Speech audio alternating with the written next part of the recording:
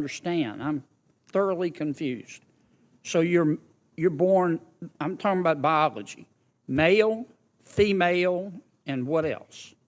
I believe that intersex is also acknowledged, but again, I'm not a doctor here. What I can And say what does intersex mean? is that there's a difference between sex and gender, and I think in these conversations we're conflating the two.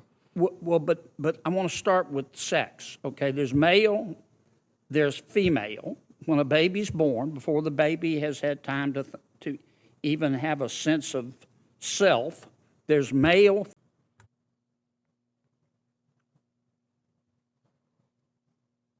Senator Kennedy. Thank you, Mr. Chairman, and thanks to all of our witnesses here today. Ms. Robinson, I want to follow up by trying to understand your answer to one of Senator Cruz's questions. And this is really a question, not a suggestion. Do I understand your position to be that there are two sexes, but there can be more than two genders? I wouldn't even say two, and we've got Dr. Lopez here as well, but there's also the definition of intersex. I think that often in these conversations we're conflating sex and gender, and I do want to affirm here that trans women are women. That is their gender. Okay, but I'm trying to understand. Do you make a distinction between sex and gender? Yes, sir. Okay, explain that. Do you think there are more than two sexes? I believe that there's a definition for intersex as well that I want to acknowledge. But sex is assigned at birth. I'm just trying to understand. I'm thoroughly confused. So you're born, I'm talking about biology, male, female, and what else? I believe that intersex is also acknowledged, but again, I'm not a doctor here. What I can and say what does intersex mean? Is that there's a difference between sex and gender, and I think in these conversations we're conflating the two.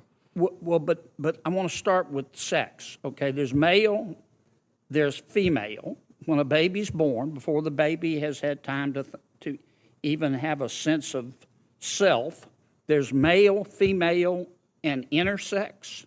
There's a third. I believe that is true, but I would defer to Dr. Lopez as I'm not a physician. Okay. And how many genders are there? I think the gender is expansive, and the definitions are always growing. Today I can tell you, I talk to young people that talk about non-binary as more than five.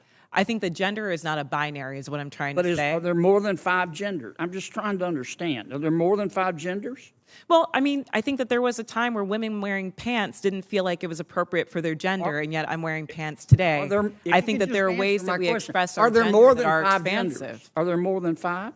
I wouldn't subject myself to naming how many genders there are, but what I can say is that gender is a reflection. Number? Excuse me?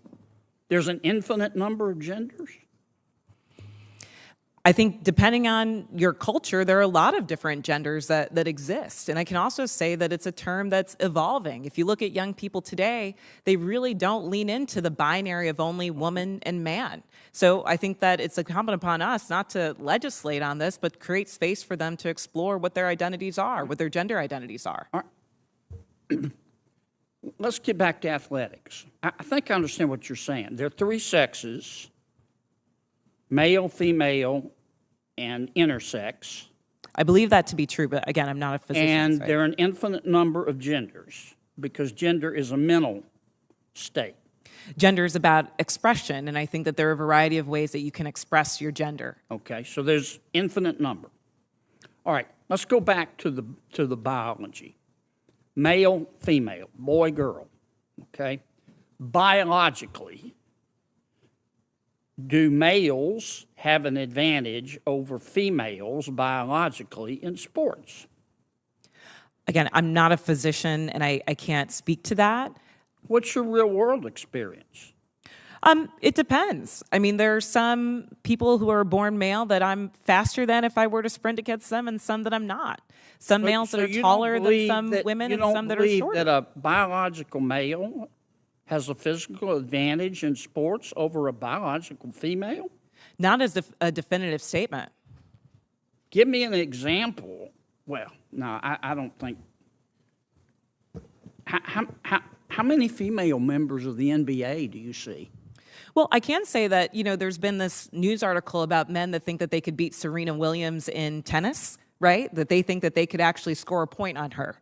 And it's just not the case. She is stronger than that. What's your experience, Ben? Male, female? Both Serena and Venus lost to the 203rd ranked male tennis player, which they're phenoms for women. My experience, my husband, he swam at University of Kentucky as well. In terms of accolades and in terms of national ranking, I was a much better swimmer than him. He could kick my butt any day of the week without trying. Okay. I just think, Ms. Robinson, I'm trying to understand where you're coming from. I think you lose a lot of credibility when you don't concede that a biological male has physical advantages over a biological female. I mean, I just think that's a proven fact, and you really hurt your credibility. I understand you want the world to be a better place. I do too, and I don't think people ought to be discriminated against because of an immutable characteristic. I don't. And I think that I think everybody ought to be free to be themselves. And what you do in your bedroom or what I do in my bedroom with a consenting adult is nobody's business. But if what I do in my bedroom with a consenting adult, if I decide I want to tell somebody's child about it, then other people have rights too. And I think parents have rights. And I think biological females have rights to be able to compete fairly in sport. In sports. So I really think you hurt your credibility when you refuse to acknowledge that biological males have an advantage over biological females. It kind of makes me wonder about all your testimony. Thank you, Senator Mr. Chairman. Kennedy. I'm sorry, go ahead. What I'm trying to say is that there is not a definitive advantage in all cases. Sir, I don't know if you believe that you could beat Serena Williams in tennis, but I probably think that that's not the case. There are not all cases where all men are physically superior to all women. And at the end of the day, in this conversation, we're not talking about that. We're talking about trans women who are, in fact, women, who deserve to play in a gender that matches their sports, who deserve all the benefits that Ms. Gaines is talking about. And as a cisgender black woman, I can say definitively that my womanhood is not threatened by a transgender person asserting hers as well. Senator Hirono. Thank you, Mr. Chairman. I thank all of the persons who are testifying today. For Ms. Robinson, do you know what... A tense and thought-provoking exchange unfolded during a recent Senate hearing as Senator John Kennedy questioned Ms. Robinson, a witness and advocate for gender inclusion, about the difference between biological sex and gender identity, and what that distinction means for sports participation. The discussion began with Kennedy asking Robinson to define sex and gender. Robinson explained that sex refers to biological characteristics, typically male, female, or intersex, while gender involves a person's identity and expression, which can vary widely across individuals and cultures. She emphasized that gender is expansive and continues to evolve as society's understanding of identity grows. When pressed on how many genders exist, Robinson responded that there could be an infinite number, pointing to global cultural traditions and the growing number of young people who reject rigid binary categories of male and female. The hearing then shifted to the topic of transgender women competing in women's sports, a subject that has sparked national debate. Senator Kennedy repeatedly asked whether biological males have physical advantages over biological females in athletic competition. Robinson declined to give what she called a definitive statement, arguing that athletic ability varies from person to person and that physical differences do not always determine outcomes. To illustrate her point, Robinson referred to past debates where male tennis players claimed they could defeat Serena Williams. Kennedy countered by citing a match where Serena and Venus Williams lost to the 203rd ranked male player, suggesting that biological differences do, in fact, create measurable advantages. Robinson then offered a personal example. She shared that during her time as a competitive swimmer, she was more highly ranked than her husband, who swam for the University of Kentucky. Still, she admitted that he could kick her butt physically, underscoring that physical ability can vary even among athletes of similar training backgrounds.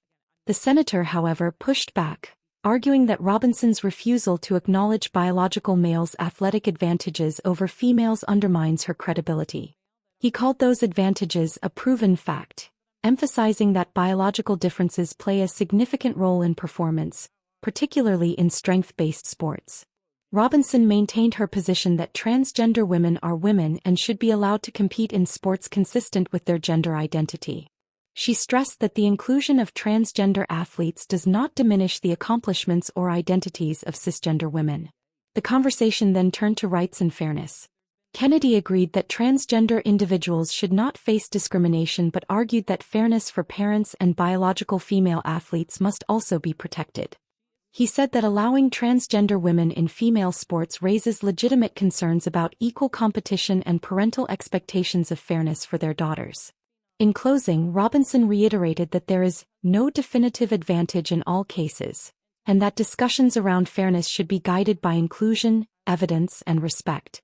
She concluded by stating that her identity as a cisgender Black woman is not threatened by transgender women affirming their own womanhood.